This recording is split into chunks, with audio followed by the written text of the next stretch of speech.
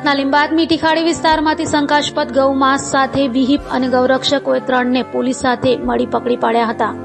સુરતમાં ફરી શંકાસ્પદ ગૌમાંસનો જથ્થો ઝડપાયો છે। સુરતના લીંબાદ ખાતે આવેલ મીઠી ખાડીમાં શંકાસ્પદ ગૌમાંસ આવ્યું હોવાની માહિતીના આધારે વિહિપ અને ગૌરક્ષકોએ લીંબાદ પોલીસને સાથે રાખી દરોડા પાડી ત્યાંથી 80 થી 90 કિલો જેટલો શંકાસ્પદ ગૌમાંસના જથ્થા સાથે 3ને ઝડપી પાડ્યા હતા, જ્યારે એક ભાગી છૂટા વોન્ટેડ જાહેર કરાયો હતો। કઈ સંસ્થા છે, શું તમે કાર્યવાહી કરી છે? આજે વિશ્વ હિન્દુ પરિષદ ગૌરક્ષા દક્ષિણ વિભાગના તમામ કાર્યકર્તાઓએ સુરતમાં જે વિવિધ જગ્યાએ ગૌ તસ્કરો દ્વારા જે ગૌમાંસનું જે લિન્ચિંગ થતું છે, તો આજે 80 થી 90 કિલો સુધીનું ગૌમાંસ પકડાયું છે।